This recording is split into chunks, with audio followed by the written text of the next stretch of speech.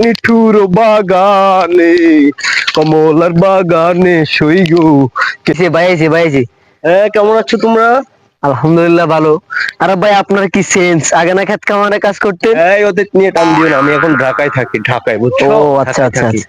ভালো আছো তোমরা? আলহামদুলিল্লাহ ভালো।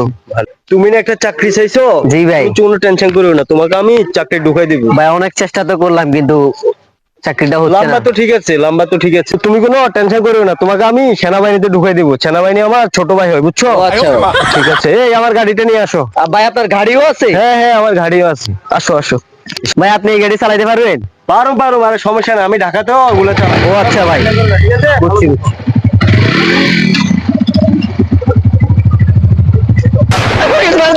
ভাই আপনারা আগে বলছিলেন, ভাই ভাই ভাই ভাই উঠেন উঠেন, ভাই ভাই উঠেন উঠেন।